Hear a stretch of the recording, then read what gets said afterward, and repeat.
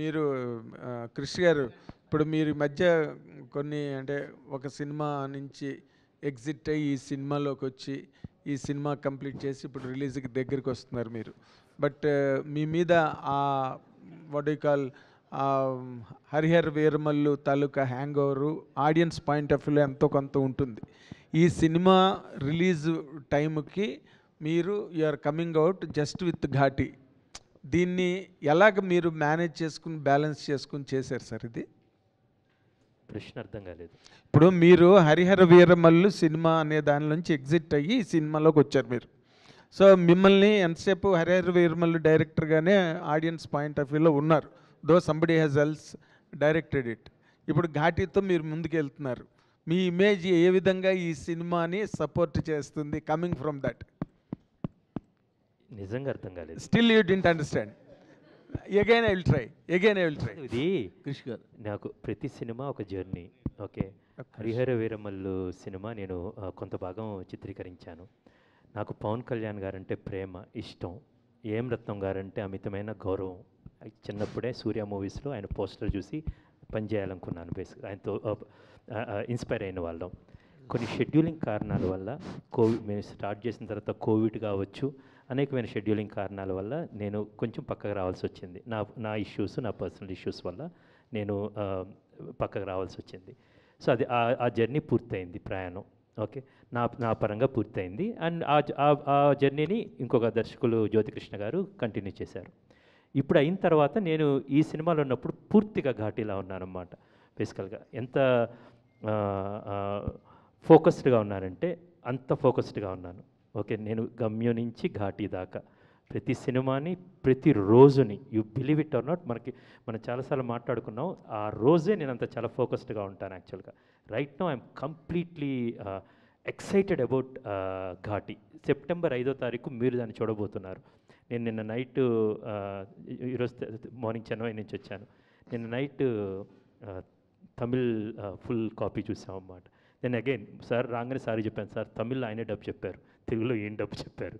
So I told I'm just enjoying that actually. And ఒక కథ నేను చెప్పాను కదా, పేలటానికి సిద్ధంగా ఉన్న కథని, అది ఆ అగ్నిపర్వతం రెడీగా ఉంది, ఇప్పుడు తీసుకొచ్చాం, దాన్ని ఆడియన్స్కి ఇవ్వబోతున్నాను. సో అట్ దిస్ మూమెంట్ నేను చాలా ఎక్సైటెడ్గా ఆడియన్స్కి ఈ సినిమాని అందివ్వడానికి రెడీగా ఉన్నాను. ఆల్ ది వెరీ బెస్ట్ కదా పెట్టింది కృషి గారు. ఘాటీ ప్రెస్ మీట్ ఇది, దాని గురించి మాట్లాడదాం. 100% ఆల్ ది వెరీ ఇంటర్వ్యూ అడిగావు కదా, ఇప్పుడు డిసైడ్ చేశాను నేను చేయను. కృషి గారు ఏం చేయరు బాబు? కృషి గారు ఇంటర్వ్యూవా? కృషి గారు హాయ్ సార్. హాయ్ కృషి గారు. నమస్కారం అండి సార్. కంటెంట్ అంతా చాలా బాగుంది సార్. మీరు ఎంత ఎగ్జైటింగ్గా ఉన్నారు, మేము కూడా ఈ సినిమా చూడడానికి అంత ఎగ్జైటింగ్గా ఉన్నాం. ఎందుకంటే ఆ కొత్త అంబియన్స్, ఆ లొకేషన్స్, ఇంతవరకు టచ్ అయిన లొకేషన్స్ని చూడడానికి చాలా ఇంట్రెస్ట్గా ఉంది. ఇప్పుడు మీరు స్టోరీ రాసుకున్నప్పుడే, హీరో క్యారెక్టర్ రాసుకున్నప్పుడే ఆవిడ పేరు బ్రాకెట్లో నోట్ చేసుకుని చెప్పారు. మేబీ కరెక్ట్ కావచ్చు. బట్ మాకు అనిపిస్తుంది ఏంటంటే, అనుష్క గారి పక్కన ఇప్పుడు ఇలాంటి క్యారెక్టర్లో, ఇలాంటి సబ్జెక్ట్లో, ఇలాంటి సినిమాలో హీరోగా చేయడానికి తెలుగులో ఎవరైనా రెడీగా ఉంటారా? ఎవరు ఉండరనే ఆలోచనతో మీరు తమిళలోకి వెళ్ళారంటారా? నేను కేవలం నేను ఈ సినిమా రాస్తున్నప్పుడు ఆయన గజరాజ్ అనే సినిమా చేశాడు, టానాకారన్ అనే సినిమా చూశాను. ఇరుగుపట్రే అప్పుడు నేను చూశాను యాక్చువల్గా.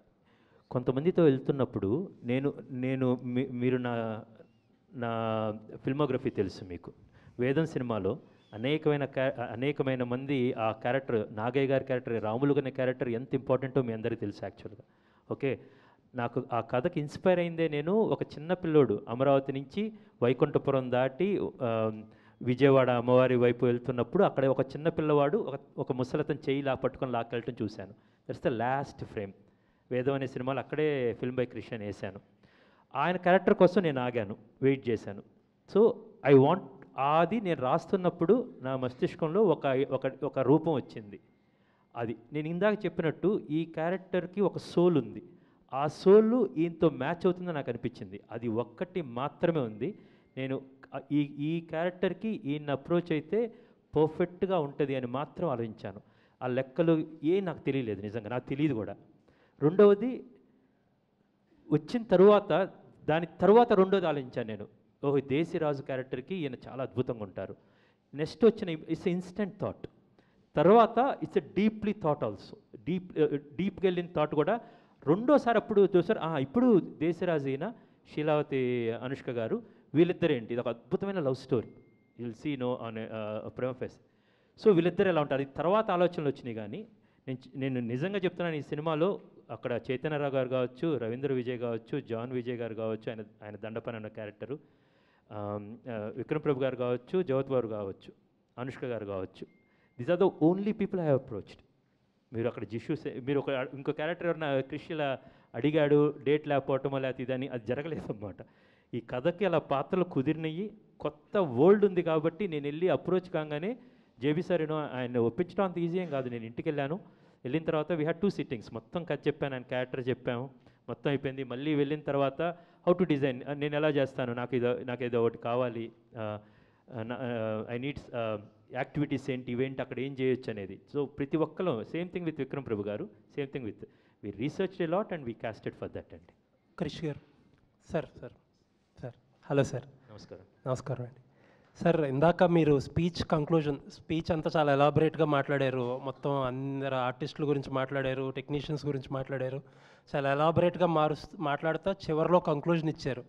ఒక కమర్షియల్ పందాలో ఉంటూనే నేను చెప్పాలనుకున్న కథ చెప్పాను, చాలా ఘాటి అని చెప్పారు మీరు. కమర్షియల్ పందా, చెప్పాలనుకున్న కథ రెండు వేరు అంటారా? కమర్షియల్ పందా అంటే ఇప్పుడు ఏంటంటే డబ్బులు వచ్చి రాజీవ్ గారు మనకి ఫస్ట్ ఫ్రేమ్ అండ్ యూవీ వాళ్ళకి డబ్బులు వచ్చి ఇంకో సినిమా తీయడానికి ఆ శక్తి కావాలి కదండి. కమర్షియల్ అంటే అమ్మదగినది బేసికల్గా, ఆర్ రిటర్న్స్ తెచ్చుకునేది అనేది, ప్లస్ అందులో నేను చెప్పాలనుకున్నది అనేది రెండు కలిపితే కనుక ఒక అందమైన, నేను ఎప్పుడు కోట్ చేస్తుంటాను, నాకు తిలక్ గారంటే చాలా చాలా ఇష్టం. బేసికలీ అంటారు కదా, నా ఆశయాలేమో అభ్యుదయ దీపికలు, అక్షరాలేమో వెన్నెల్లో ఆడుకునే ఆడపిల్లలు అని. సో అలాగే నాకున్న గొప్ప థాట్స్ ఈ ఘాటీల గురించి చెప్పాలి, ఈస్టర్న్ ఘాట్స్ గురించి ఇది చాలా గమ్మత్తైన కథ దొరికింది, ప్లస్ చాలా ఎంటర్టైనింగ్గా అందంగా చెప్పడానికి ఈ రెండు కలిపితే పెద్ద కమర్షియల్ సినిమా అవుతుందని నమ్మకం, అలాగే చేసిన జరిగిందండి. అంటే ఒక commercial success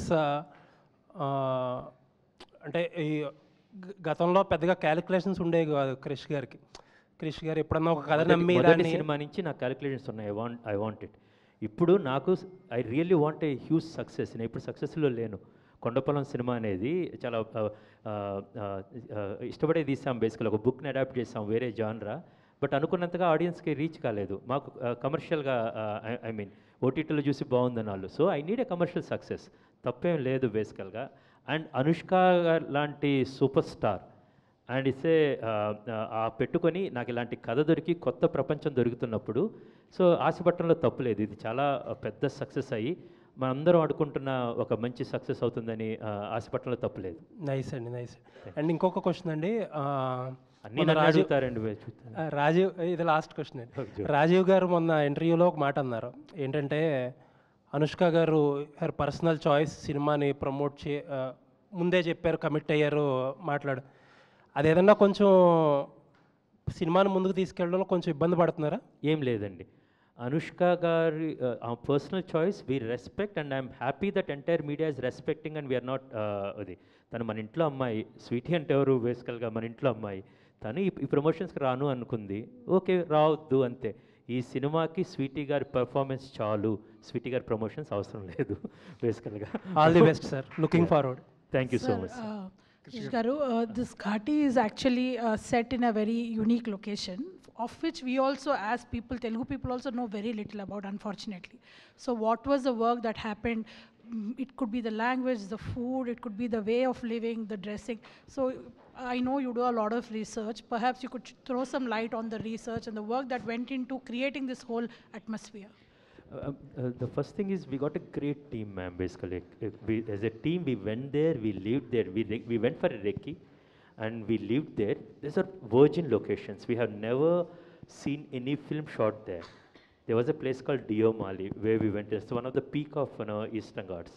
We scaled that and we went there. We camped through the nights and we tried to, we shot there and we tried to show whatever we have seen with our eyes to the audience. The most challenging and difficult part in this filmmaking process is to grasp the essence of those Eastern Ghats. that location and the ghats and ghatis, which we successfully achieved it, and looking forward to show you on September 5th, ma'am. Yeah. Maybe I should have asked in Telugu. I do not know Jagat Babu Garni. Sir,